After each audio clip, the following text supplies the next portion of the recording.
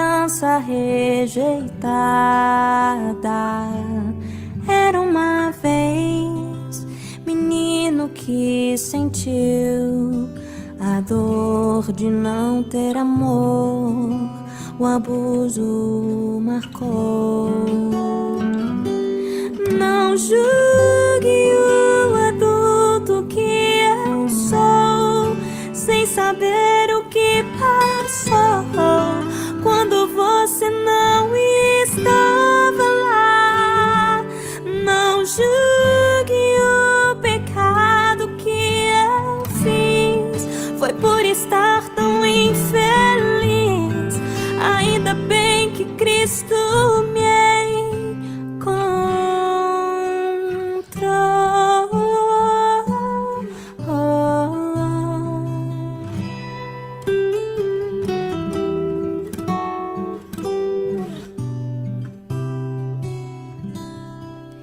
Era uma vez vontade de nunca voltar pra aquele lugar, mas onde eu ia morar.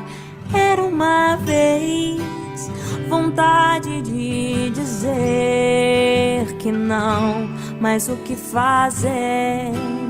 Era só eu e a humilhação. Não julgue o adulto que eu sou, sem saber o que passou quando você não estava lá. Não julgue o pecado que eu fiz, foi por estar tão infeliz. Ainda bem que Cristo me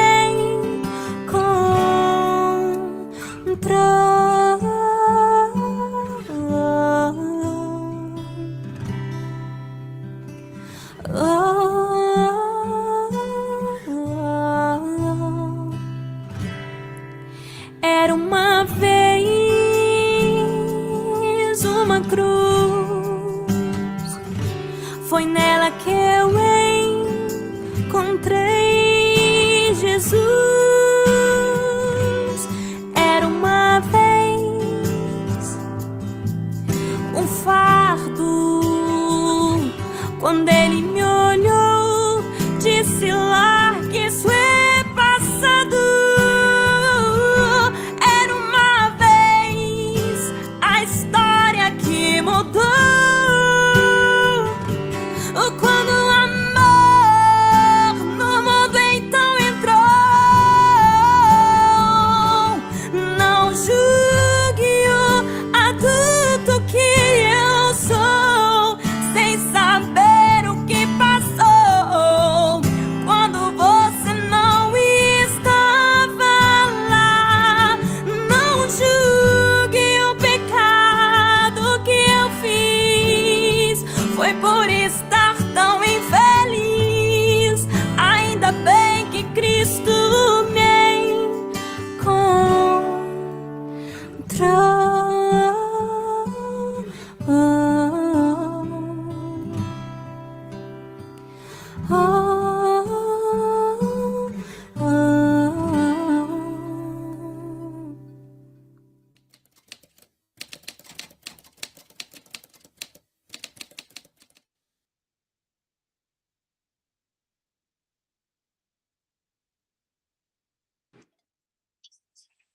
Bom dia, bom dia. Estávamos com aquela outra querida, ela saiu, acho que se assustou um pouquinho. Falei que eu ia gravar hoje, não faço isso, né? Mas eu vou explicar. Deixa eu só parar de compartilhar.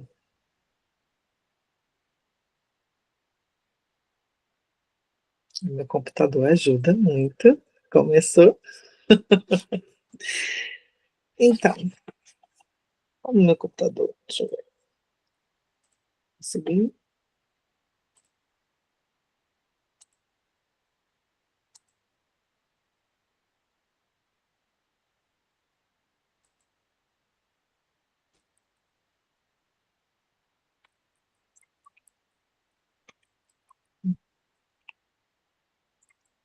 Ok?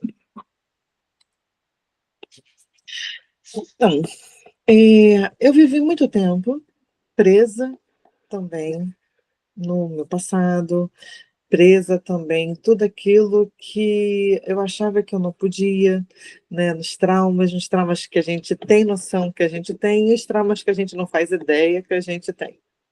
E aqueles que a gente faz ideia, a gente fica totalmente perdido. Para o outro parece uma coisa tão simples, né, que quando a gente fala aquela nossa dor, aquilo que nos prende, aquilo que é difícil para a gente, quando a gente fala para alguém que nunca vivenciou nada disso, não faz ideia do que seja, parece que a gente é doido. Como assim isso me prende? Como assim o que fazer? Como assim eu não sei fazer? E isso nos causa mais ainda culpa, mais ainda constrangimento, mais ainda ficar presa dentro daquilo ali, que a gente não faz ideia nem de como sair, nem de o que é, nem por que estar. Então, mediante a isso, e depois que a gente começa a estudar, a ser terapeuta, a fazer atendimentos, esses iniciozinhos passa mais um pouquinho desapercebido pela gente. A gente já esquece um pouco aquilo que a gente viveu, como que foi, porque parece tudo tão natural para a gente, é como se nossa mente estivesse desvendando tudo, mas para quem está do outro lado, né, ou seja, os nossos pacientes, as pessoas que vivem isso, que é um grupo de apoio, né, as pessoas, nem todo mundo já estudou alguma coisa a respeito, às vezes só vive dentro da sua dor. Então, os nossos olhares como terapeuta, às vezes a gente passa desapercebido nisso. Então, hoje, eu gostaria de ensiná-los de verdade, né? Porque era isso que eu gostaria que tivessem feito comigo, a ensinar como pensar, a ensinar como sair daqueles ciclos, a ensinar como fazer aquilo ser diferente, né? Tudo aquilo que me prende. Então, hoje eu vou fazer como se eu faço nas minhas aulas, né, nos workshops, tá bom? O que vocês acham? Falem para mim. Muito bom. Vivian, conversa comigo, gente, eu Oi, sou Andréia. carente. Perdão, é que eu estou ouvindo, mas estou cuidando aqui da casa. Eu passei vários dias bem adoentada de gripe, de resfriado. Aí hoje amanheceu um pouquinho frio, eu já estava espirrando, espirrando, e agora eu estou começando a cuidar da casa. Aí eu estou tentando ouvir e movimentar, né? Que essas coisas têm que ser feitas, não dá para deixar para lá por muito tempo. Aí eu estou Tem aqui cuidando da problema. casa. Melhor, viu? Obrigada. Então, houve umas perguntas, deixa eu buscar aqui. Gostaria muito que a pessoa que fez a pergunta estivesse aqui agora, ao vivo, né? Mas não tem problema.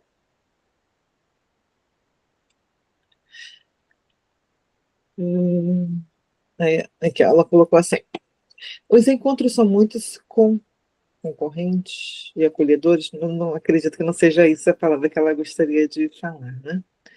E acolhedores. Me sinto bem e esperançosa em superar os desafios da vida. Uma pena ter que sair às 11, porque preciso buscar a minha filha na escola. Sugiro falar como superar abuso psicológico, onde o companheiro age com indiferença, acusações e até ofensas quando não temos emprego e temos dependência financeira e emocional.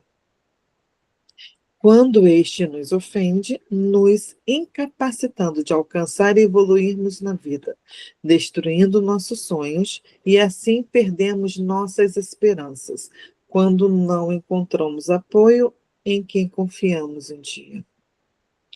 Como superar as ofensas e o descaso de pessoas assim do nosso convívio? Encontrar forças mesmo sozinha, em busca de algo que nos realiza. Muitas pessoas votaram nisso Então, por isso, a aula de hoje vai ser mais ou menos baseada nesse tema. Eu fiz o PDF, como de costume, né? Eu dou sempre as nossas boas-vindas aqui ao espaço de acolhimento. Esse grupo aqui ele foi criado para validar as nossas experiências, né, e oferecer ferramentas para reconstrução emocional através da abordagem psicanalítica. Hoje vamos explorar juntas caminhos para recuperar a autonomia e resgatar os sonhos e cultivar a esperança. Eu quis fazer esse PDF bem explicadinho, como se fosse a minha fala, para que todas possam utilizar esse PDF como um norte. Eu vou estar disponibilizando ele lá no grupo, está certo? Aqui vamos começar. O impacto do abuso psicológico, né? Aquele impacto do abuso psicológico invisível, que as pessoas ao nosso redor não fazem ideia que aquela pessoa estava sofrendo isso. Não é assim? Nossa, você passou por tudo isso, eu nem sabia. Nossa, você é minha melhor amiga e nunca falou nada para mim. Uau, como assim? Aquela irmãzinha lá na igreja estava passando por isso, eu convivia com ela. É porque é invisível. E quem passa por isso não quer que o outro saiba, porque ela tem aquela vergonha latente por achar que tudo aquilo é culpa dela. Geralmente, mais uma vez, né? Lembra de tudo que a gente sempre fala? Vítimas de violência doméstica, relacionamentos tóxicos, têm uma infância sem uma base sólida, sem aquela infância que é suficientemente boa, igual o Winnicott sempre fala. Então, crianças que crescem em caos, né, na infância, elas fatalmente vão cair em abusos físicos, emocionais, relacionamentos tóxicos, relacionamentos abusivos. Então, eu coloquei aqui bem explicadinho. Vou fazer igual eu faço nas aulas, tá bom? Vou ler para vocês. Quando alguém que deveria nos amar nos humilha, nos faz sentir inúteis e nos acusa de não sermos suficientes. Isso gera um trauma invisível. Nossa mente começa a acreditar nessas mentiras e nossa estima vai sendo roubada, criando uma verdadeira prisão emocional. Por que isso acontece? Porque a nossa mente vai sempre buscar por coisas familiares, mesmo que este familiar seja um inferno. Lembra dessa frase? Aqui, a gente está falando de uma pessoa adulta que está em relacionamentos abusivos. Mas essa pessoa adulta um dia foi criança e viveu em relacionamentos tóxicos dentro de casa, relacionamentos abusivos. A mente desta criança, por mais que aquilo ali fosse ruim, fosse danoso, a mente associou aquilo ali como familiar. A mente ela não consegue distinguir o que é bom, o que é ruim, ela consegue distinguir o que é familiar porque está sendo rotina. A rotina torna-se familiar para o nosso cérebro. Por isso a gente tem que ter muito cuidado com aquilo que a gente faz rotinamente. Se aquela rotina não está sendo boa para a gente, está sendo destrutiva, a gente tem que olhar e tentar mudar aquela rotina, porque o nosso cérebro sempre vai buscar aquela rotina. Por isso que as pessoas falam, por que eu não consigo sair? Por que eu tento, eu não vejo saída? Por que eu sempre caio na mesma coisa? Por que eu sempre volto a fazer a mesma coisa? É porque o cérebro está habituado. E se a gente volta, é porque aquela rotina não foi rompida, não foi quebrada.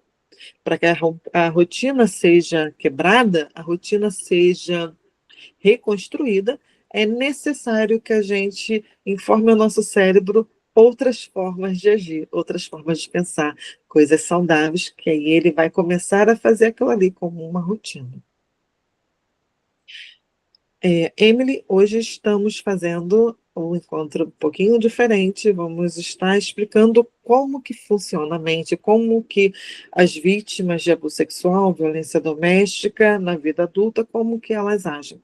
Eu estou tentando fazer algo para que seja mais fácil entendimento, para que vocês de verdade comecem a sair desses ciclos, está certo? E estamos no início. Estamos falando do impacto do abuso psicológico invisível. Invisível, quando eu coloco invisível, é invisível a todos. Está certo? Ativação da amígdala cerebral.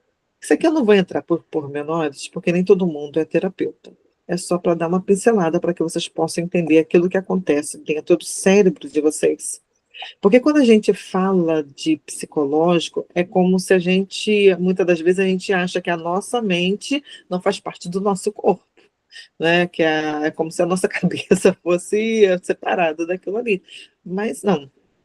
Então, tudo que acontece, o nosso corpo é triuno, né? Então, tudo que acontece no nosso cérebro, ele também, oh meu Deus, ele também reproduz no nosso corpo, no nosso organismo, na nossa amígdala, nas nossas sinapses neurais, tá certo? Então, em situações de constante ameaça emocional, a amígdala cerebral permanece em estado de alerta, como se estivesse em perigo físico constante. A amígdala cerebral identificou que aquilo ali era uma ameaça para você. Por isso que muitos entram em pânico, muitos têm aquela sudorese. E quando a amígdala cerebral ela está ativada ou hiperativada, o nosso córtex pré-frontal, que é a tomada de decisões, nosso raciocínio lógico, ele se torna quase inativo, inoperante. Por isso que a gente dentro dos medos, né, a amígdala sempre ativa nos medos, a gente fica sem saber ou responde aquilo ali de uma forma muito exacerbada quando não existe um medo, um perigo de verdade na nossa frente. Por isso que a amígdala ela pega, às vezes a pessoa fala alguma coisa, mas a amígdala cerebral, ela identifica aquilo ali como se estivesse acusando a gente, né? Quantas vezes a gente identifica que a fala do outro é acusatória? Aí a gente fala, mas eu não fiz isso. Já vai com 1000 pedras na mão. Aí a pessoa fala, opa, peraí, por que você está vindo assim? Eu só falei isso aqui, não quis dizer isso que você está achando. A gente, tá, desculpa. Não é assim? Mas por quê? Os padrões que já são identificados pelo nosso cérebro, nossa amígdala, sempre vai buscar padrões. Aquela identificação com aquela fala pareceu a mesma fala que alguém denegriu você, que alguém fez algum mal para você, alguma coisa identificou como sendo mal, daquilo ali que não tem nada a ver com o que aconteceu no seu passado, e ela identificou aquilo ali como algo danoso. A amígdala, ela é como se fosse um alarme dentro da nossa mente. Acionou o alarme, tudo incêndio, incêndio, incêndio, e ela vai responder aquele incêndio, tá certo? A dor emocional é real. O cérebro registra a dor emocional de forma semelhante à dor física, causando sofrimento genuíno mensurável. Por isso que nós ficamos procrastinando, ficamos arraigadas dentro da nossa dor, dentro dos nossos traumas. Porque quando você leva um soco, quem já deu uma topada no nosso dedinho? Ai, Jesus, parece que eu sou mestre em fazer isso. E é a parte que mais dói, né? Você vai lá e dá. A gente sente lá no dedinho, lá no pé, pode ser o menorzinho, mas dói. Porque é uma dor física, mas a emocional dói tanto quanto. Mas a emocional, a dor física, você dá aquela pancada, pode ficar roxo, pode até quebrar, dependendo da pancada, mas você vai tratar e aquela dor vai passar. A dor emocional não tratada, ela vai percutir por toda a sua vida. Quando você lembrar, é como se estivesse batendo naquela dor, porque ela se torna como física, a nossa dor emocional. Por isso que a gente fica aprisionado nela. Eu falo muito da inação psicológica, né? Muitas vezes não reagimos não por fraqueza, mas porque estamos emocionalmente congeladas em um mecanismo de proteção no nosso cérebro. Às vezes a gente não consegue falar, não consegue pedir ajuda, mas é um mecanismo pelo qual o cérebro identificou que você necessitava em certo momento para que você pudesse sobreviver. Sendo que esses mecanismos de defesa, quando a gente cresce, muitos deles a gente não necessita mais. Só que o cérebro não identificou que você cresceu, só identificou que você necessita. Porque você não ensinou o seu cérebro que já deu até aqui, agora eu dou conta. Deixa eu procurar. Pois eu acho. Algo que eu gosto de mostrar.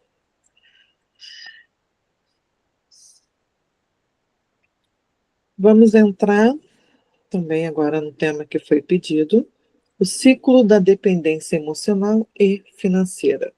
Armadilhas do preciso dele para sobreviver. Cria uma paralisia psíquica que dificulta enormemente a saída de relacionamentos abusivos. Esta dependência gradualmente enfraquecendo a nossa autonomia e minando ainda mais a nossa autoestima já fragilizada.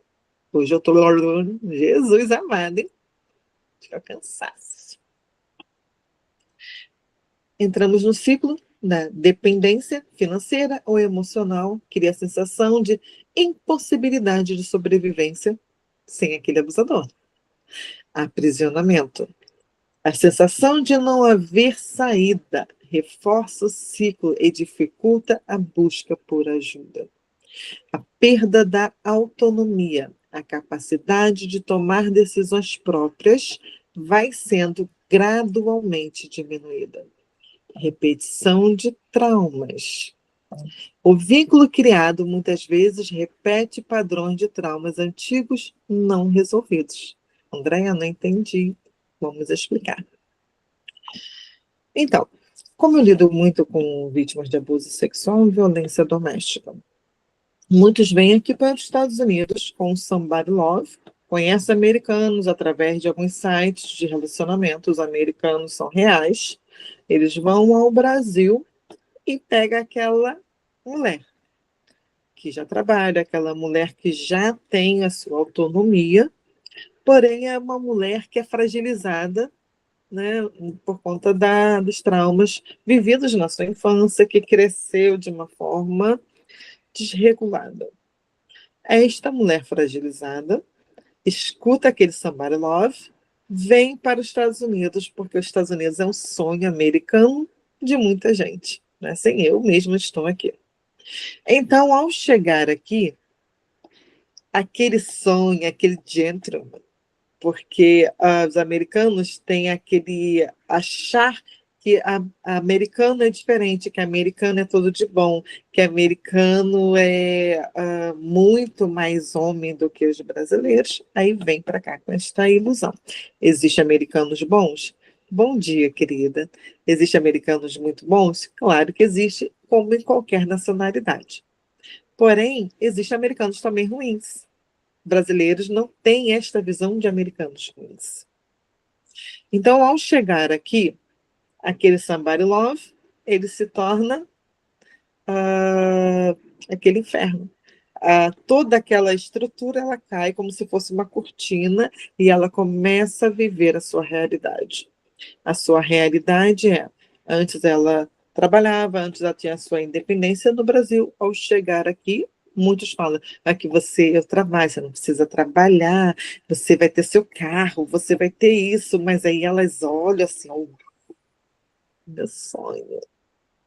Mas chega aqui, ele fala para ela, você não pode sair de casa. Ele fala para ela, para que você vai usar uma calça jeans? Você quer chamar a atenção de que homem? Para que você vai passar um batom? Você quer seduzir quem? Se você abrir a porta a alguém, isso são casos reais, tá? Se você atender aquela porta, você pode ser sequestrada e traficada. Porque aqui nos Estados Unidos existe muito tráfico humano, isso é verdade. Mas o que ele fazia era ele queria apavorá-la, ele queria colocar um medo tão forte nela que ela ficasse naquela dependência emocional, mesmo que aquele relacionamento fosse tóxico. E é isso que ele conseguiu. Então, ela, mesmo não estando bem, ela não conseguia sair daquele relacionamento. Ela viveu durante 7 anos, acho que foi quando a gente se conheceu, quando eu comecei os atendimentos com ela, e nos primeiros atendimentos ela falava: Andréia, eu vou morrer aqui. Eu não consigo me ver, eu não sei como que eu entrei nisso e eu só não sei sair. Eu não trabalho, como que eu vou sair? Como que eu vou viver aqui nesse país? Eu não conheço a língua, eu não falo inglês, eu não conheço ninguém, eu não tenho parentes aqui, eu não tenho nada. Como que eu vou sair desse relacionamento tóxico? Eu não me vejo como gente. Eu não tenho a força que eu tinha, ela foi embora, sumiu. Então, aqui, ó, a dependência financeira e emocional cria a sensação de impossibilidade de sobrevivência sem o abusador, mesmo que este abusador seja carcereiro, porque ela vivia num relacionamento tóxico, ela era vítima de não tráfico humano, mas ela vivia encarcerada. Não tinha chaves, a porta dela, ela podia abrir e sair. Mas o cárcere aqui, ó, cárcere invisível da mente, aprisionava ela. E ele tinha aquele total poder sobre ela. E ali nós começamos a trabalhar. Como que vítimas conseguem sair disso? Hoje vamos estar abordando um pouquinho mais na frente a respeito disso. Então, se você passa por isso, independente do país que você esteja, independente daquilo que você tem vivido, saiba que você não é a única. E se você não é a única, pessoas passaram por isso e conseguiram sair, você também pode. Pessoas que passaram por isso. Hoje, essa minha paciente, ela está linda, ela conseguiu sair desse relacionamento abusivo, está vivendo ela trouxe a filha dela para morar aqui com ela, continua vivendo lá na Califórnia, e hoje ela está feliz, faz vídeos todos os dias indo para o trabalho, está tentando dirigir, precisa ainda um pouquinho mais para poder sair disso também, para poder começar a dirigir, mas um passo de cada vez. Ela, quando ela olha para trás, ela pensa: como que eu consegui sair disso? Coisa que eu achei que eu fosse morrer ali dentro. Então, você está aqui. É porque você entende que, por mais que você não veja a saída, por mais que você não veja como mudar de vida, como sair desse ciclo abusivo, se você está aqui, algo de esperança brota em você. Uma esperança de eu preciso aprender algo para me tirar disso. Então, por isso que eu projetei esta aula de hoje, tá bom? E o dirigir, senhora Vivian, muitas das vezes não estar no medo de dirigir. Oi? Yeah. Eu tenho 51 anos. Em 2020, peguei a carteira, só tinha dado alguns treinos, não dirigia sozinha de jeito nenhum. Eu achei que eu nunca fosse dirigir, porque eu tinha medo de bater, medo de atropelar alguém, medo de matar alguém. Então, eu sempre achei que isso não era para mim. Eu queria muito, mas achava que não, eu não. Só que aqui na Flórida, ou você tem carro ou você tem carro. Ou você tem dinheiro para pagar Uber, Lyft. Nem táxi aqui onde eu moro tem. Então, você tem que buscar realmente aplicativo, não tem ônibus, não tem lotação, não tem metrô, não tem nada. Ou você tem carro, ou você tem carro. Ou seja, Meu marido, todos, a maioria, né, sabe, teve câncer lá em 2023. E aí? Começamos a depender das pessoas para levar nossas filhas na escola, porque a casa que a gente morava era novo condomínio, os ônibus ainda não passavam ali. Minhas filhas estavam perdendo aula. Meu marido precisava ir para o hospital, às vezes às pressas, porque até descobrir que era câncer, ele estava passando muito mal, então precisávamos que as pessoas levassem ou me levassem, ou me trazer para casa. Ele ficou internado diversas vezes, as pessoas tinham que me levar no hospital, me trazer para casa. Então, a primeira vez que ele ficou internado, quando ele saiu depois de uma semana, eu falei: agora eu vou aprender a dirigir. E você vai sentar do lado. A pior coisa, gente, é pedir marido para ensinar a dirigir, porque o homem não tem paciência. Nosso marido não tem. Ele tem paciência com qualquer outro, menos que as esposas. Então eu falei para ele: você vai sentar do meu lado, você não vai abrir a boca, porque nós não temos condições financeiras de pagar uma autoescola, de pagar alguém para que possa me instruir. E eu preciso dirigir. Tive que aprender aquele medo todo da vida inteira em uma semana dirigir, porque na outra semana ele já passou mal de novo e ele teve que ser hospitalizado mais uma vez, internado mais uma vez. Minhas filhas foram para a escola e tinha que buscar. Ele falou: vou chamar fulano, ciclano. Eu peguei a chave, eu falei: não, eu vou buscá-la. Como assim você não vai? Eu falei: levanta daí. Estava acamado, cheio de coisas no corpo. Falei: levanta daí e vem atrás de mim. E eu peguei a chave e fui. Saí numa highway, essas pistas grandes, né? De 3 pistas, era 3 ou 4, e chovendo. Falei: Jesus, que prova! E fui, estou dirigindo.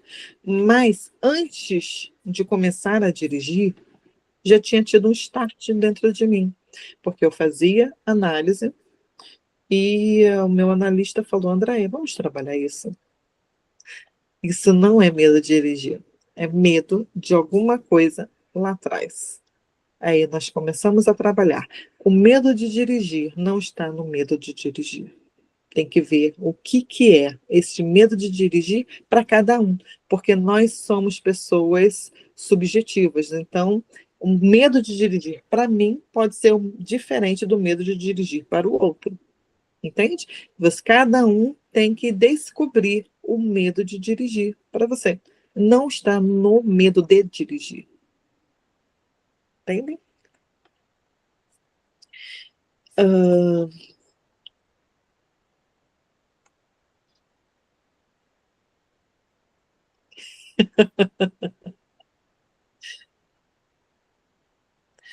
Dependência não nos define quem somos. Dependência financeira não é sinônimo de fraqueza. É uma fase. De verdade, é uma fase. O que precisamos proteger acima de tudo é a nossa mente. Mesmo em meio às dificuldades materiais, é possível semear liberdade emocional através de pequenas ações diárias. Pequenos passos, uma leitura, um curso online gratuito, a participação deste grupo, são sementes de transformações que podem florescer mesmo em terreno árido. Identidade preservada. Manter viva a consciência de que você é mais do que a situação atual. É fundamental para preservar a sua essência. A rede de apoios, encontrar pessoas que validem sua experiência e sentimentos é crucial para romper isolamento imposto pelo abusador. Porque geralmente relacionamentos abusivos, isso aqui é muito importante, encontrar pessoas que validem, né, suas experiências, porque às vezes, quando o outro está falando, né, nossa, eu estou passando por isso dentro de casa, e fala: ó, tenta resolver isso, porque você sabe como que achar marido é difícil. O homem tá quase extinto, então todo homem é igual, não adianta você pesquisar muito, é melhor você aturar este que é seu, do que você conhecer o outro pior. Invalida a dor daquela mulher. Às vezes não quer nem escutar de verdade aquilo que ela está falando. Mas por conta daquela manada, não é? Aquele pensamento em manada, ruim com ele, pior sem ele. Não é assim que a gente sempre cresceu ouvindo? Aquele pensamento de manada. Então, quando esta pessoa, essa vítima desse relacionamento abusivo, começa a tentar falar com alguém, a tentar buscar uma ajuda e começa a ouvir essas coisas, ela vai só se fechando, se calando, até não pedir mais ajuda, até não falar mais nada. Porque ela entende que ela se bateu e ninguém ajudou. Para que ela vai continuar se esforçando em pedir ajuda se não tem resultado nenhum? Mas, o que eu falo muito, nós não podemos esperar por um príncipe no cavalo branco. Depois eu até coloco ali. A gente sempre cresceu vendo desenhos Disney. As princesas sendo sempre resgatadas por alguém. Nós, mulheres, somos princesas, sim, mas não precisamos ser resgatadas por alguém fora. A única pessoa que pode nos resgatar de forma concisa, de verdade, não é terapeuta, não é nenhuma outra pessoa. Somos nós mesmos. A partir do momento que a gente entende que aquilo que eu vivi, aquilo que eu fiz, foi consequência daqueles comportamentos aprendidos de todo aquele caos na minha infância. Então, por isso que eu tornei a pessoa que eu sou hoje, mas eu não preciso continuar sendo essa pessoa que eu sou hoje. Eu posso, sim, montar no cavalo branco e recuperar e salvar a minha criança interior. Entrar de verdade, fazer um mergulho para dentro de si. Nós somos como se fosse uma caverna, aquela criança está lá no escuro, toda abaixada, como se estivesse dentro de uma gaiola, assim como eu me via, dentro da gaiola do Piu-Piu. E muitas pessoas se sentem assim. Então é necessário a busca por você, de você. Como nós falamos na semana passada, quem é você para você? Que tipo de mãe você é para você? Então, não adianta terapeutas, não adianta nada se você não entender que a busca por você, somente você pode se salvar. Aí você perde a dependência no outro, independente de quem ele seja. Independente de como a sua finança está. Você vai entender que é só um processo é só um momento, é só uma fase.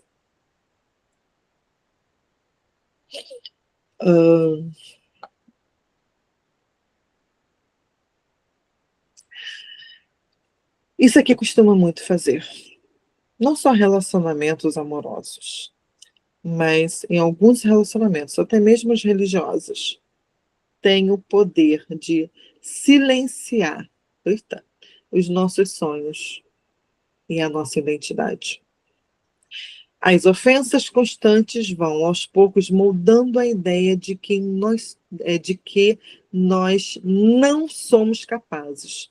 E é como se um assaltante invadisse a nossa mente e roubasse o que temos de mais precioso: nossos sonhos, nossa identidade, nossa capacidade de imaginar um futuro diferente.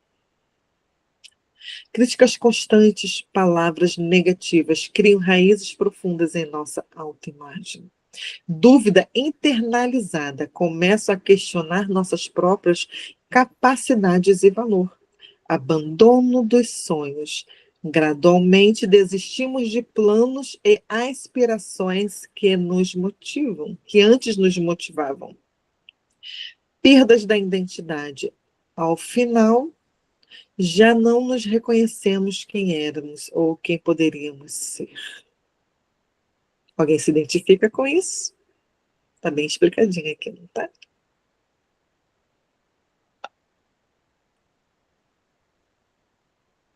resgatando os sonhos roubados. A pior parte do abuso é quando, além de tudo, perdemos os nossos sonhos. Eles zombam, nos desmotivam, nos fazem acreditar que não merecemos aspirar mais. Sonho, mas o sonho é como uma brasa que sopra, reacende. Sonhos são para. Sonho pode até ser enterrado, mas não morre. Recordar, lembrar do que já sonhou um dia, replantar, cultivar pequenas versões desse sonho, proteger, guardar os seus sonhos das críticas alheias, nutrir, alimentar diariamente as suas aspirações. Muitas vezes a gente tem sonhos e os sonhos, eles se tornam muito grandes quando a gente olha para a nossa realidade que a gente está vivendo. E ao falar para alguém daquele sonho, a pessoa, fala sério, você não tem dinheiro nem para ir ali na esquina, como é que você pensa em ir para os Estados Unidos ou em ir para Paris? Ou você não consegue sair desse relacionamento, você não trabalha, como é que você quer alcançar ter o seu próprio trabalho, né? Ser uma empresária de sucesso? Ou qualquer outro tipo de sonho que você gostaria de ter. E quando a gente começa a falar para o outro, aquelas pessoas, por também não realizar o seu próprio sonho, ou ter, como assim? Ela vai realizar e eu não fiz nada ainda na minha vida. Então, elas projetam as suas insatisfações, as suas frustrações em você. E você pega aquelas frustrações dela como se fosse verdade sua, tudo sobre você, que na verdade não era nada sobre você, é sobre ela. E você internaliza aquilo ali como fosse verdade absoluta sobre você. Realmente, quem eu penso que eu sou? Aí começa as sessões desmoronar. Quem eu penso? Onde eu penso que eu vou chegar? Aprenda algo. Eu gosto muito de um bispo, acho que é Ronaldo o nome dele, esqueci, que ele fala, o segredo protege a bênção. Se você tem um projeto de vida, guarde. Só fale com pessoas que de verdade vai te ajudar a realizá-los ou te ajudar em oração. O segredo protege a bênção. Só fale depois de concretizar. Então, ali, ó, a gente vai perdendo, porque eles zombam, eles nos desmotivam, faz acreditar que nós não merecemos aspirar mais, que o que a gente vive naquele momento é o que a gente precisa, é o que a gente merece. Você não merece mais, mas na verdade não é. Você merece tudo, tudo de bom. Que você possa conquistar. Aquilo tudo que foi lançado dentro de você não diz respeito de verdade de você, mas sim do medo que o outro tem de reconhecer a força que está dentro de você, que você ainda não vê. Porque ele sabe que quando você se fortalecer, quando você olhar para você, quando você perceber esse diamante que às vezes está naquela lama, que está ali perdido, quando você reconhecer que você é aquele diamante. Às vezes os rubis, as esmeraldas, não querem que aquele diamante reconheça o seu verdadeiro valor, porque sabe que o diamante é colocado no topo. Então, por querer acabar com a sua autoestima, acabar com o seu brilho, começa a dizer, não é nada, isso é um pó, você não vai chegar a lugar nenhum. Então, quando aquela pessoa ela encontra alguém, né, até mesmo ela, que pega aquele diamante, limpa, lava, lapida aquele diamante e coloca acima de tudo, aí ela começa a se ver, começa a se reconhecer, começa a entender o seu verdadeiro valor. E os sonhos começam a brotar novamente, porque eles só estavam escondidos. Eles não estão mortos, sonhos não morrem.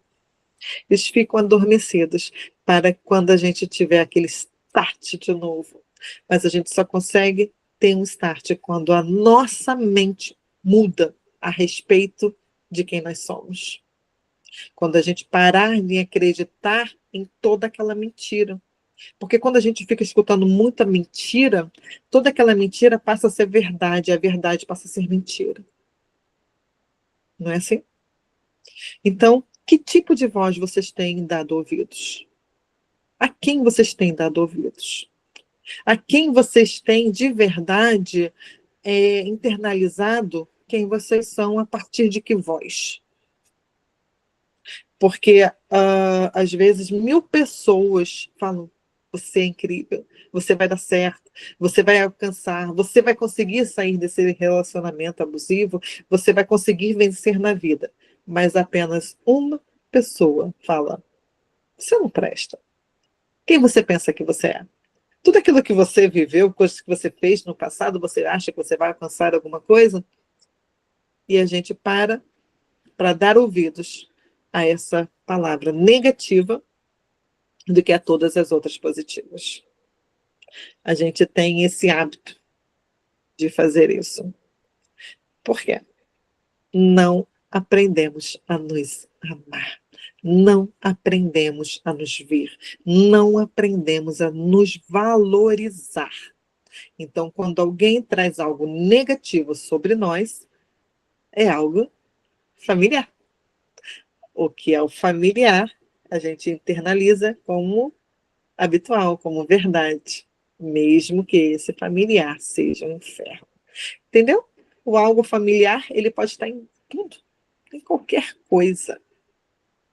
A gente só tem que observar os sinais.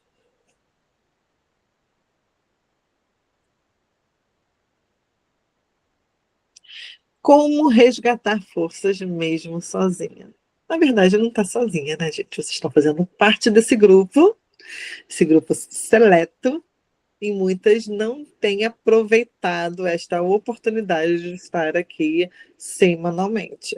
Espero que a partir de hoje, a partir desse vídeo que eu estou fazendo, as pessoas possam entender que esse grupo foi criado para que a gente possa aprender a respirar mais uma vez e viver. Voltar a viver. Aprender a respirar. Aprender a viver, porque a gente esquece. Igual quando a gente coloca um gesso por muito tempo, na perna a gente esquece de andar, esquece como que anda. Quando meu joelho saiu, eu tinha lá meus 20, 21 anos, quando minha perna atrofiou, eu tive que andar de muleta. Então, quando aquele gesso foi arrancado, eu não sabia mais andar. Eu ficava olhando para o outro como que andava. Eu falava: anda para me ver como é que anda. 21 anos. Eu sabia muito bem andar, não é assim? Mas por conta de alguns meses sem andar direito, eu desaprendi. Então, o nosso cérebro também é assim. A gente desaprende ou nunca aprendeu. Nunca foi nos ensinado a gente a se amar. Nunca foi nos ensinado a gente a se olhar. Nunca foi nos ensinado a gente a se priorizar. Nunca foi nos ensinado a gente a ter que se incluir na nossa agenda. Você tem se incluído na sua agenda? Ou você tem incluído tudo e todos menos você? Tem se excluído sempre, valorizado sempre o outro e desvalorizado você. Como é que tem sido você para você? Como resgatar, né? Pequenos passos diários são sementes de transformação. Nosso cérebro possui uma capacidade incrível de se reconfigurar. A neuroplasticidade com novas experiências e escolhas, permitindo que criemos novos caminhos neurais, mesmo após anos de trauma. A neuroplasticidade, quem já ouviu falar?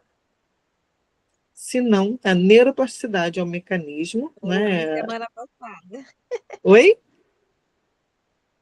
Eu ouvi falar semana passada. Isso. Então, a neuroplasticidade ela é usada tanto para o bem quanto para o mal, porque ela não faz acepção.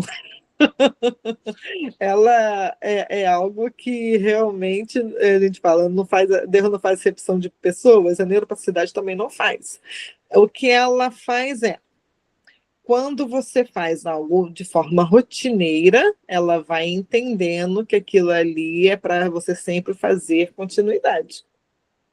Né? Então, quando a gente passa por traumas, aquele caos na nossa infância, foi algo rotina, né? Aqueles pais sempre brigando, ou os pais sempre brigando com aquela criança sendo educada de uma forma grosseira, de uma forma agressiva, aqueles pais que acham que o bater educa.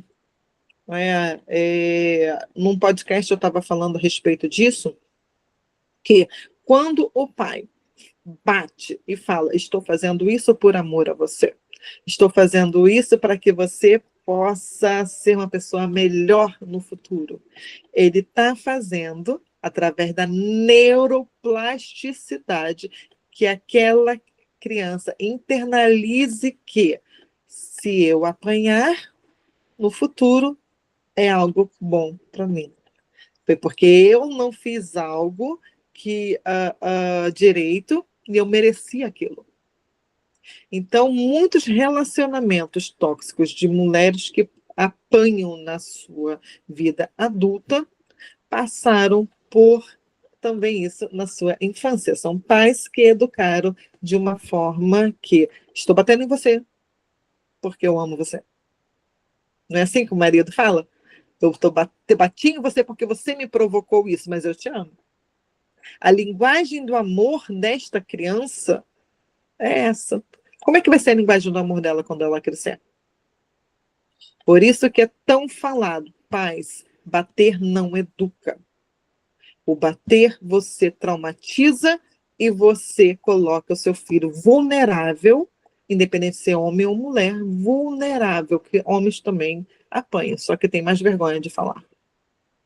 Vulnerável a relacionamentos abusivos, tóxicos no futuro.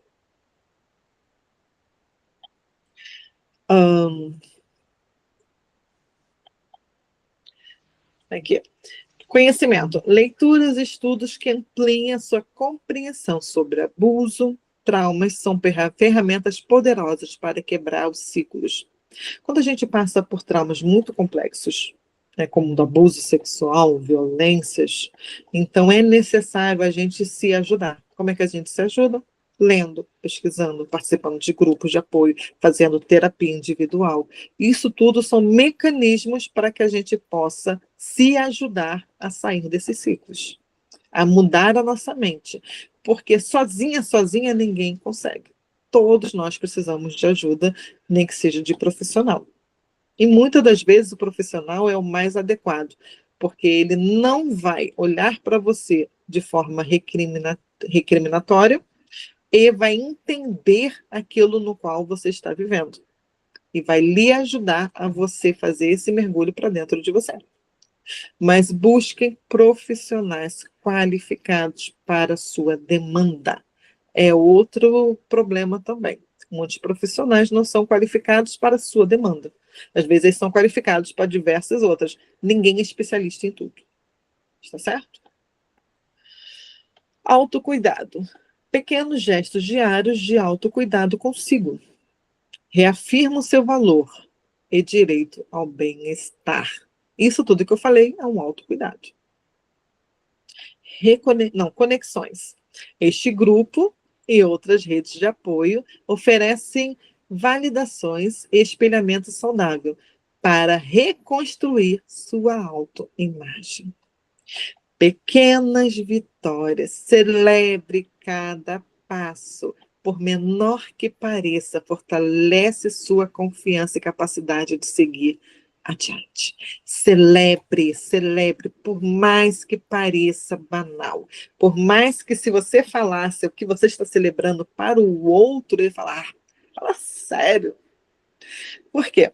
O levantar da cama para mim, hoje, deu minha hora, às vezes não preciso nem do despertador, deu a hora, eu já levanto, vou fazer o que eu tenho que fazer, vou tomar banho, vou ver as crianças, se tiver que levantar para ir para a escola, alguma coisa assim. Mas para quem está em depressão profunda, Às vezes, o levantar da cama já é um avanço. O levantar da cama já é uma vitória. Porque quantas e quantas vezes a gente não consegue levantar da cama? Aquele dia mesmo que eu dando uma aula, e a minha aula foi invadida por hackers, trazendo ali aqueles abusos, né, falando daquelas formas horríveis e colocando vídeos pornográficos, eu estou passando aqui esse slide, ele tirou o meu slide e começou a colocar vídeos pornográficos e falar coisas absurdas de que ele iria fazer e acontecer com crianças. Então, aquilo ali foi traumático para mim, porque é algo que foi inesperado. Eu, mesmo professora, mesmo já tendo uma carga, mesmo já sabendo de muita coisa, aquilo ali, para mim, naquele momento, eu saí de que aqui eu estou dirigindo, né? Assim, é como se eu fosse motorista, estou levando essa nossa reunião. Eu saí de motorista para passageiro. E no dia seguinte, a única coisa que eu conseguia fazer era levantar para ir no banheiro. Não fiz mais nada. Aquilo ali me paralisou. Então, o levantar da cama para mim naquele dia foi difícil. E eu tenho que celebrar. E sabe o que eu celebro naquele dia? O acolhimento que eu fiz. Eu não estava bem, então eu me acolhi. Ok, eu preciso ficar nesse momento. Eu cancelei tudo naquela semana, as minhas aulas, nossos encontros, tudo. E eu parei. Falei, é o meu momento de me acolher. Eu acolho tanta gente. E às vezes a gente esquece de se acolher. Então, celebre. E eu celebrei depois aquela minha conquista, que eu aprendi a me acolher. Porque em outras épocas eu ia tentar, não, se ali foi ruim para mim, mas independente de como eu esteja, eu assumi compromissos, eu vou honrá-los, não que a gente não deva honrar, mas quando você não está bem, você não está bem. Então, celebre as suas conquistas, por menores que pareçam. Isso faz uma diferença incrível. Às vezes eu, de verdade, eu não quero fazer nada, eu não sei nem o porquê. Assim, dá uma tristeza, dá alguma coisa assim. A gente não entende naquele momento ali o que está acontecendo. Eu falo, ok. Às vezes é o seu organismo que a gente vai fazendo, trabalhando, esquece de parar, esquece de comer, esquece de se cuidar, e nosso organismo, ele começa a cobrar. Aí ele fala, olha, tem um momento de ser parado. Aí eu paro e eu começo a viver. Eu paro e eu começo a me acolher. E todos nós temos que fazer isso. Celebre as suas pequenas conquistas. Muitas pessoas não sabem dizer um não. Eu tinha dificuldade de dizer não. Hoje eu ainda tenho, dependendo de quem seja, ou de como eu esteja, ou do contexto, mas muito menos. Hoje eu consigo falar aquilo que eu acho, aquilo que eu penso, coisa que eu não conseguiria. Não conseguia. Eu casei por eu não saber falar não. Já viu algo assim? Eu fui no extremo. Eu não consegui falar pro meu noivo que eu não amava, que eu não queria casar. Então eu casei. E isso trouxe sempre na minha vida inteira diversos problemas, o não, né? O não saber falar não. Até que eu comecei nas mínimas coisas. Mas quando a gente começa, parece que a gente está fazendo algo errado, porque o nosso cérebro, a neuroplasticidade, está caminhando em direção oposta. Ela não está acostumada a isso. Ela está acostumada a você falar sim para todo mundo. E, quando a gente fala sim para todo mundo, a gente fala não para a gente. Então, quando você começa a ir na contramão daquilo que está habituado, não é? Ela começa a mostrar para você, peraí, tem alguma coisa errada. Aí começa a ligar os alarmes, né? A soar os alarmes. Peraí, por que você falou não? Está errado, você não pode falar não. Você não está habituado a isso. Aí você, ai, meu Deus, por que eu falei não? Não, peraí. Uma coisa simples. Coisa que você falar para qualquer outra pessoa, ela fala, fala sério, não, fala não logo para isso. Não, mas para você é difícil. É como se estivesse arrancando algo de você. Foi assim para falar, começar as pequenas coisas. E detalhe, para você começar a falar um não. Exemplo, marido se aproveita. Aproveitamento, tá? Não significa que o marido é abusador, não. Mas marido se aproveita quando a gente tem as nossas fragilidades. Então, eu queria sempre comprar uma coisinha, né, que era bem baratinho, eu sempre falo isso até nas minhas aulas. E ele falava, não, isso aqui não coisa, e não precisa, e eu, por não falar não, me dava uma de criança. Quem não consegue falar não? Quem não consegue se expor? A criança. A criança ferida tomava as rédeas da minha vida. Hoje eu tenho 51 anos, já sei falar não, já faz um tempinho, mas, digamos aí, seus 40 e poucos anos. Aquela criança ferida tomava as rédeas da minha vida.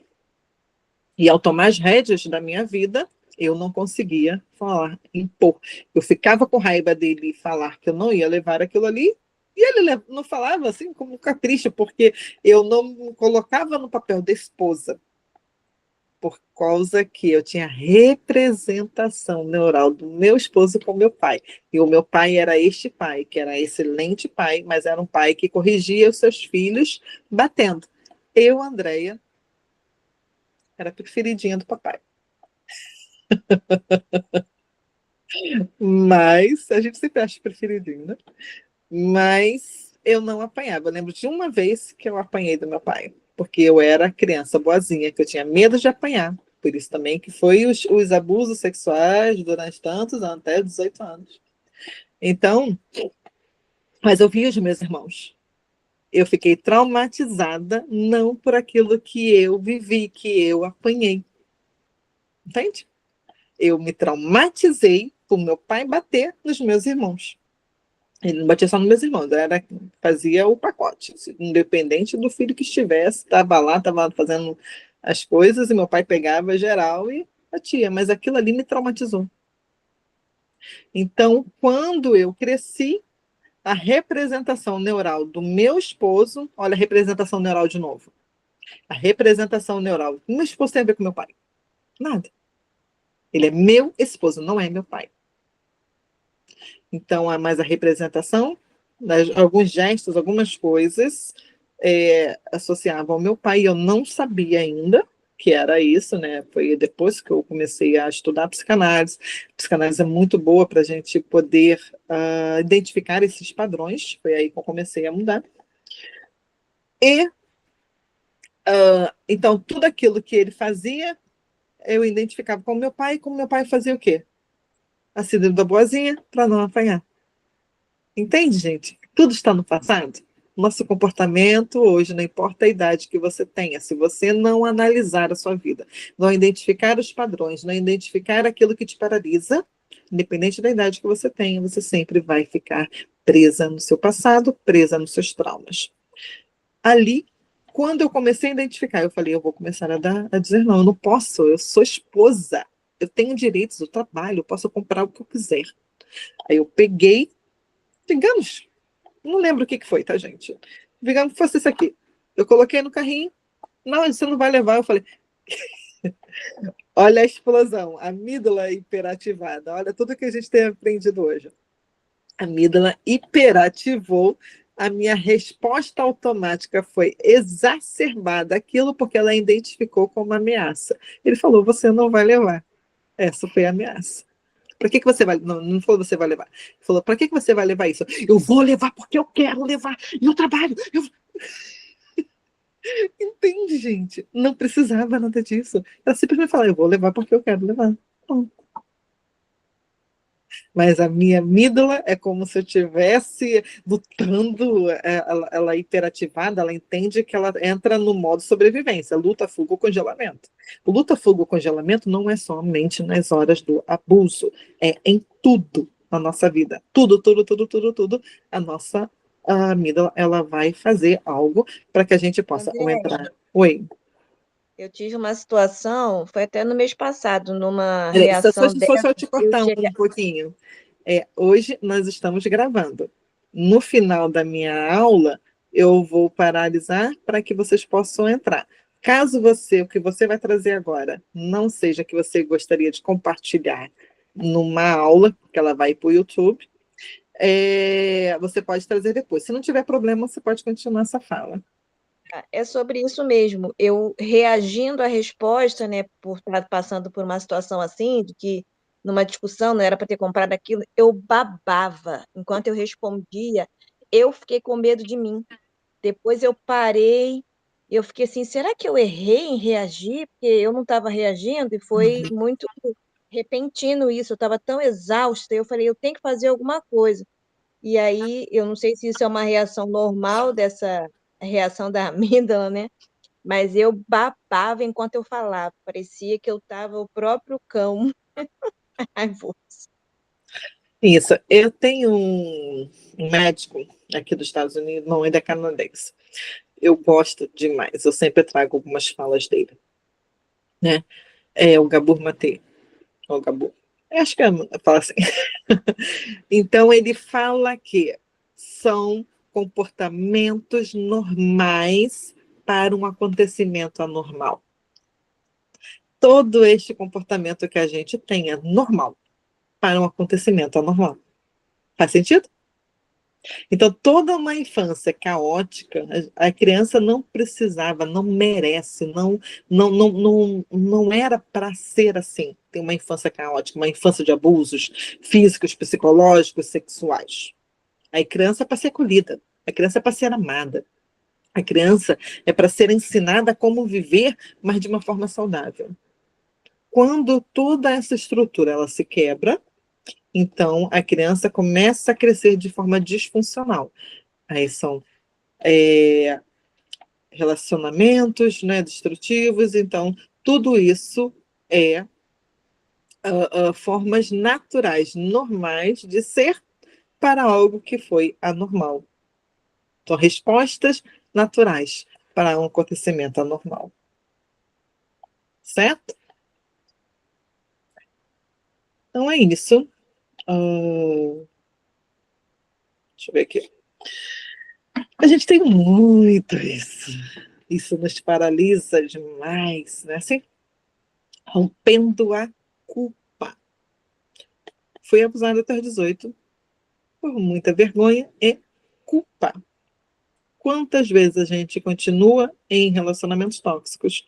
Ou, independente de ser amoroso ou não, às vezes no trabalho, na igreja. A igreja tem muito isso também, porque a gente internalizou aquela culpa, tudo sou eu mereci, eu não mereço nada de bom. Assim, aí a gente continua só ali, aqueles padrões, continuando naqueles relacionamentos. O sentimento de culpa é uma das armadilhas mais eficazes criadas pelo agressor para manter o controle. É fundamental compreender que o sofrimento não é culpa sua. A culpa é exclusivamente do abusador. Esta compreensão é o primeiro passo para a libertação emocional. Consciência, reconhecer a manipulação por trás da culpa imposta. Compaixão, desenvolver gentileza consigo mesma e suas escolhas passadas. Desvinculação, separar sua identidade das acusações e projeções do abusador. Responsabilidade, assumir o controle apenas dos que está em seu poder para mudar. Consciência, reconhecer a manipulação por trás da culpa imposta, a gente só consegue reconhecer quando a gente começa a quebrar toda aquela ilusão que está diante dos nossos olhos. Muitas pessoas estão em relacionamentos abusivos e não sabem que está em relacionamentos abusivos. Muitas pessoas vivem, às vezes, o camarada chega, fala algo, ela identifica aquela fala dele como agressora, ela devolve aquilo ali, não acho isso e tal, não sei o quê, e ele devolve a fala dele como se fosse dela. Ela, mas você não pode falar isso. Mas ela fala, mas não foi isso, não foi eu que falei, foi você. Só que isso é tudo tão rápido. que ela não percebe. Isso vira anos após anos, ele fazendo a fala dele como se fosse dela, e ela começa a duvidar de si mesma. Entende como isso é perigoso? Ela começa a duvidar da sanidade emocional dela. Fala, mas eu não falei isso, você acabou de falar assim. Você tá louca? Assim? O que você pensa que é, garota, para você poder falar isso? Mas não foi eu que falei, foi você. Onde que foi eu que falei? Eu falei isso, isso. Ele pega a fala dela e fala que foi a dele, e a dele fala que foi a dela. É muito perigoso isso. Então, essa conscientização, quando ela tem a consciência de que ele está fazendo isso, essa manipulação dele, aí o ciclo começa a se quebrar, aquele ciclo abusivo começa a se quebrar, começa a se romper, porque as escamas vão saindo e ela começa a enxergar de verdade. Ela começa a identificar aquilo ali e ela fala, não, eu falei isso, isso e isso. A sua fala foi essa e essa. Você não me manipula mais. O seu espelho quebrou. Tem até uma que eu sigo, que é muito maneira, ela é muito boa. Ela fala muito sobre isso. A compaixão. A gente tem muita compaixão com o outro. Mas e conosco? Ah, eu não mereço, eu não presto. Qualquer coisa que a gente faz está errado. E a gente começa a falar assim, também sou burra, como é que você vai fazer algo assim? Meu Deus, como é que você foi tão... Não é assim que a gente faz, que a gente se trata assim. Nós nos tratamos assim. Quando a gente se trata desta maneira, como é que a gente pode esperar que o outro nos trate bem? Se a gente não se vê, se a gente não se respeita, como que nós vamos querer ser respeitada por qualquer outro? As pessoas só fazem aquilo conosco quando de verdade a gente permite. A gente permite porque a gente não se conhece. A gente permite porque a gente acha que somos merecedoras, sim, mas de tudo que é ruim, de tudo que não presta, de tudo que é mal. Mas a gente não veio neste mundo para sofrer. Não foi o intuito. Passamos, sim, por diversos problemas. A gente não pode voltar no passado e refazê-lo. Nem 1 milímetro. Eu não posso voltar e falar, olha, vamos voltar aqui e pegar, posso sim, no vídeo que a gente está fazendo. Mas aqui na minha realidade, eu não tenho como voltar nada, a não ser refazer. E quando eu refaço, por mais que eu venha ler, eu vou dar um novo sentido. Entende? Então, todas as vezes que a gente revisita lá o passado, mas estando aqui no presente, você só pode revisitar o passado quando você estiver no seu presente. Como que você fica no presente? Aprendendo. Como é que você aprende? Tendo ajuda. Daqui, do nosso grupo, e uma ajuda de um terapeuta. Está certo? Não busque o seu passado, entendê-lo, ressignificar sozinho. Talvez lá os monges consigam fazer isso, talvez. Precisamos de ajuda. Nós, terapeutas, precisamos de ajuda. Precisamos fazer terapia. Então, como que você vai ser gentil consigo mesmo? Entender que o seu cérebro fez mecanismos de defesa para que você pudesse estar viva hoje. Você fez o que tinha que fazer para continuar vivendo. Porque a gente se culpa. Por que que eu permiti aquilo? Por que que eu fiz isso? Por que que, né? Sempre assim? Então, quando você identifica que você fez o que você tinha que fazer para continuar vivendo, eu falo muito, bato muito nessa tecla com as minhas alunas. Nós fizemos o que tinha que ser feito. Porque naquele momento, quando a gente era criança, a gente não tinha o que fazer. Nosso cérebro identificou os caminhos mais fáceis para cada um de nós, naquele momento, de fazer a gente continuar respirando, de fazer a gente continuar viva. Se foi a luta, se foi a fuga, ou se foi o congelamento, não importa. O mecanismo de defesa que ele utilizou. Só que esses mecanismos de defesa, eles geraram também alguns traumas, né? Porque identificou aquilo ali, e são coisas que são rotineiras, então ele vai sempre identificando aqueles padrões, né? Podemos ver aqui hoje vários padrões que ele fez para que a gente pudesse mudar, melhor, pudesse sobreviver aquilo tudo. Só que esses mecanismos de defesa, a gente não precisa continuar vivendo eles. Os mecanismos de defesa foi naquela época. Nós temos que ensinar o nosso cérebro que hoje a gente dá conta. Que hoje eu tenho 51 anos e eu dou conta. Naquela época, até meus 18 anos, eu ainda não dava. E hoje eu dou. Então, mas para que eu possa dar conta, para que eu possa de verdade dar conta, eu só posso dar conta com os meus 51 anos. Porque quando a gente revisita o passado sem estar no presente, significa que a gente vai ter os flashbacks. Então, não foi que a gente revisitou o passado, foi o passado que veio para o nosso presente. Quando o passado vem no nosso presente, a gente está revivendo, não revisitando. Revivendo todo aquilo que a gente viveu, todo o trauma que a gente viveu. Parece que foi, né, assim, parece que está acontecendo ali, aquelas mesmas sensações, aquelas mesmas paralisações, aquele mesmo falta de ar, aquela coisa que te deixa totalmente atordoada. Isso são os flashbacks. O seu passado vindo para o seu presente. Não é você, aqui no seu presente, entendendo o seu passado. Há diferenças, tá certo? A desvinculação, separar sua identidade das acusações e projeções do acusador.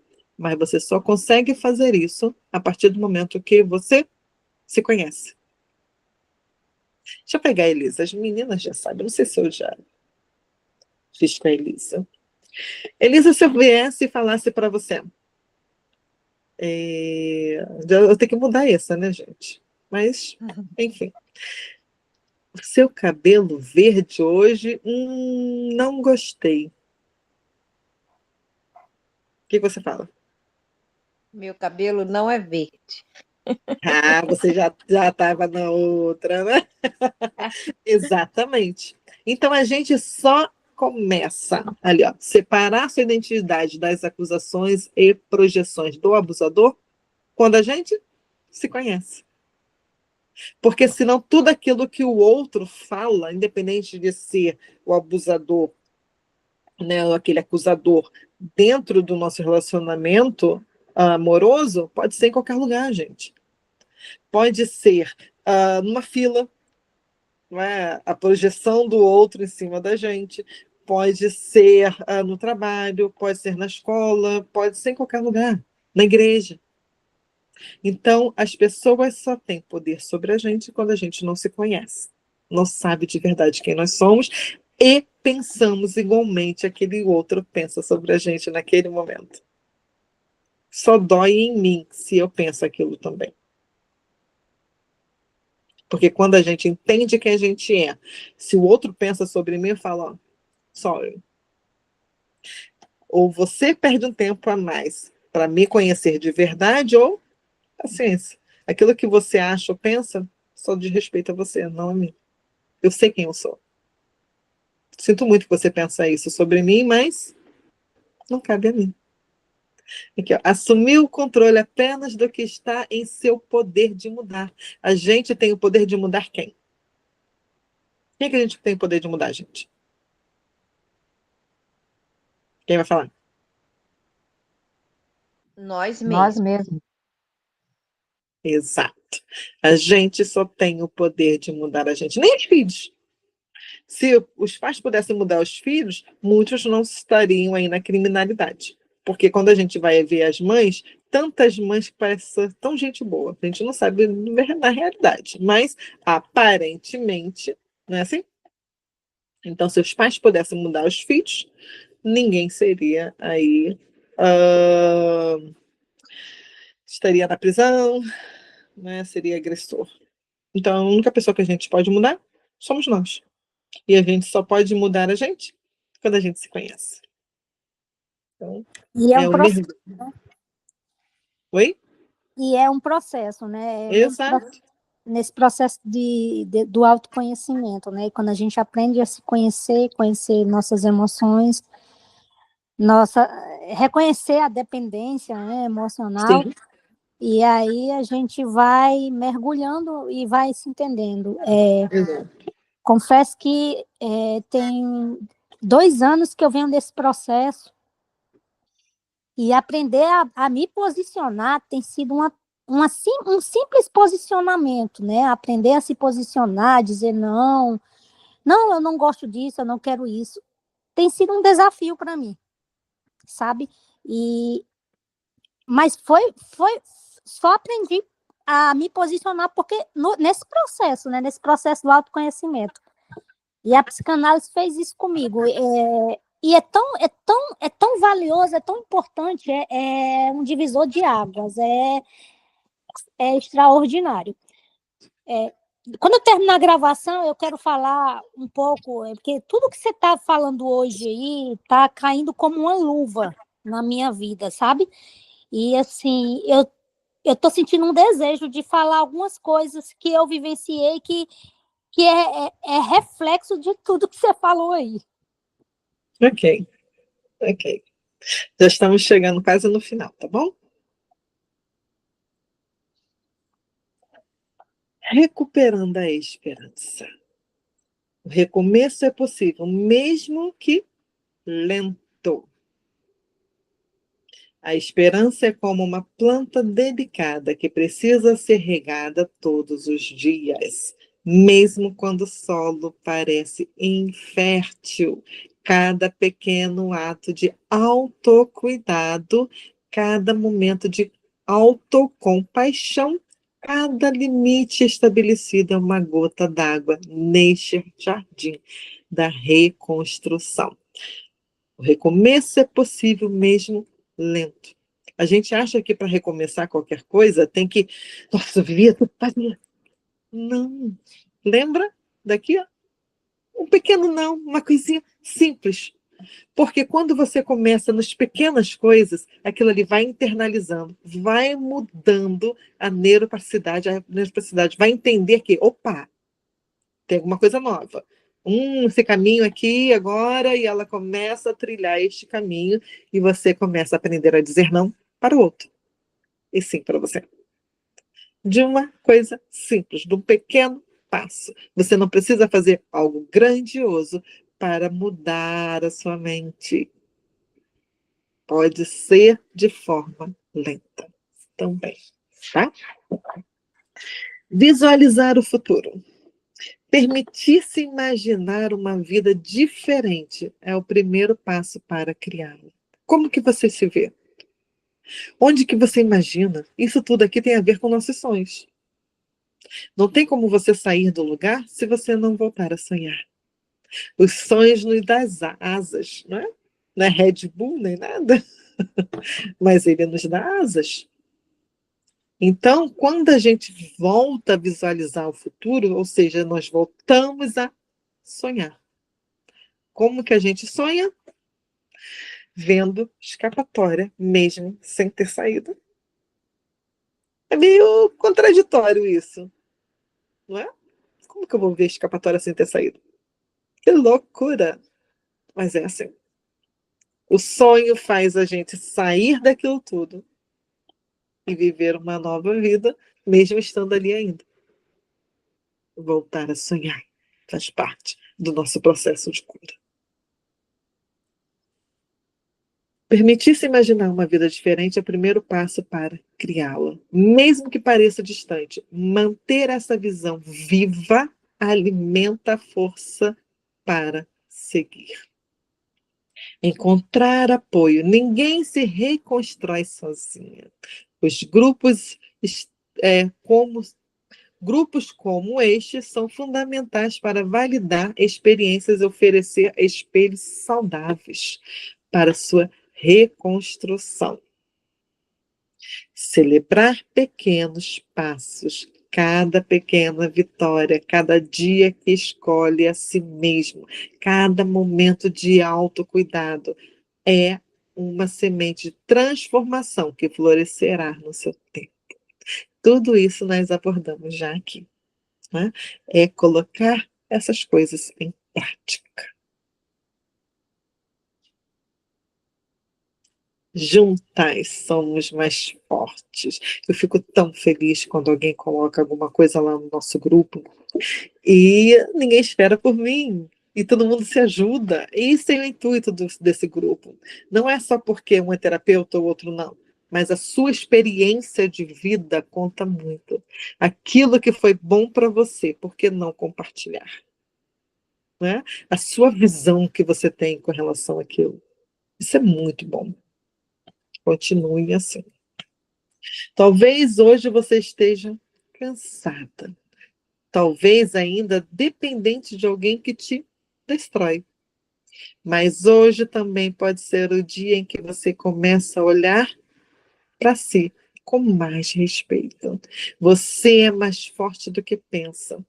É o mais importante, não está sozinha. Um dia de cada vez. A jornada de recuperação acontece um passo por vez, um dia após o outro. Minutos diários. Apenas 2 minutos de autocuidado por dia pode iniciar transformações profundas, porque você começa a olhar para você. Quantas pessoas não têm nem coragem de olhar no espelho? Quantas pessoas não conversam consigo mesmo? Quantas pessoas negligenciam a si própria? Então, comece a fazer esse autocuidado, esse hábito de se cuidar.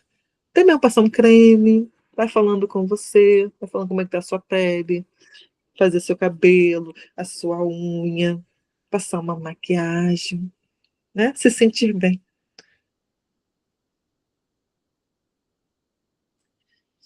Dias da semana. O nosso grupo está aqui para apoiar você em cada etapa desta jornada, todos os dias. Possibilidades? As possibilidades de reconstrução e crescimento são infinitas quando damos o nosso primeiro passo. Então, chegamos ao final do nosso PDF. Eu quis fazer esse nosso encontro desta maneira, porque eu acho que o conhecimento é libertador. Que quando você aprende sobre você, aprende sobre como sair, aprende a identificar os padrões da sua mente, aprende a identificar o porquê que você age daquela maneira, o porquê que você responde daquela maneira, o porquê que você não responde. Então, eu acho que isso é libertador. O que vocês acharam desse novo método, né, da gente trabalhar? Se vocês gostarem, eu começo a trabalhar desse jeito, senão a gente volta para o nosso grupo habitual, tá bom? O nosso intuito é que vocês de verdade identifiquem para que possam aprender a sair desse ciclo, que foi a vida toda, né, imposto a vocês, tá bom? Vou parar a gravação para que vocês possam ter a voz agora. Só um minuto. E vocês que nunca participaram estão convidados. Toda quarta-feira estamos aqui, 9 horas da manhã, horário aqui dos Estados Unidos, Flórida, e 10 horas da manhã, Rio de Janeiro, horário de Brasília, né? Então, vocês todos estão convidados. E você que não faz parte desse grupo, né, um grupo Survival Things Life, é um grupo de apoio a vítimas de abuso sexual, né, sobreviventes de abuso sexual e violência doméstica, voltado somente para mulheres, tá bom? Então, se você quiser fazer parte, me chama no privado. Deixa eu parar a gravação.